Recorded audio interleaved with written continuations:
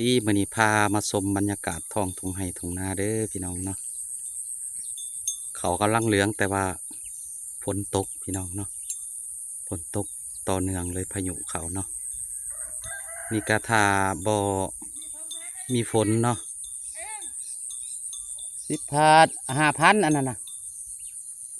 ถ้าบ่มีฝนกะสิเขากะจิเกี่ยวแหละอันนี้เนาะอันนี้มันฝนต่อเนื่องเลยพี่น้องเลยเนาะ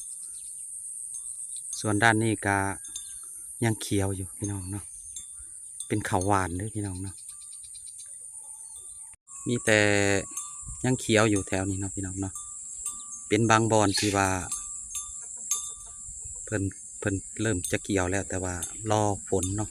ฝนยังตกอยู่พี่น้องเลยเนาะพาพี่น้องมาชมบรรยากาศเด้อพี่น้องเนาะทุ่งไร่ทุ่งนาเขตสปป.ลาวเด้อพี่น้องออกมาขายทองทุ่งไร่ทุ่งนาคือเก่าแต่ว่าฝนตกแต่เช้าของพี่น้องเลยเนาะเครื่องเขาก็บ่ได้ใส่ลายดอกพี่น้องเนาะ อยากขับปุ้นก่อน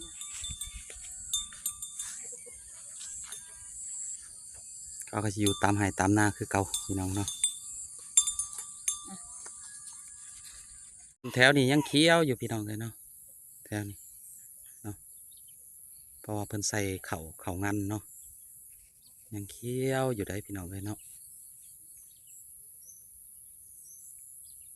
ฝนกาตกแห้งเมื่อเช้านี่เนาะ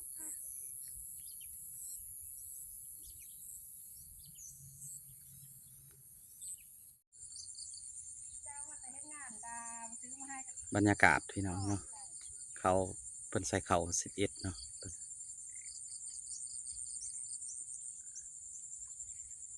คักอยู่พี่น้องเนาะบรรยากาศแบบบ้านๆเฮาเนาะแถวนั้นก้มเบิดเลยเขาเนาะทงนี้กว้างพี่น้องเนาะ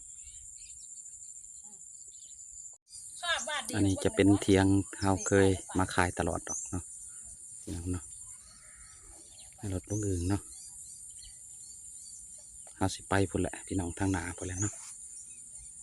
แต่ว่าฝนตกโอ้ยทางเปื้อนขนาดเลยมื้อนี้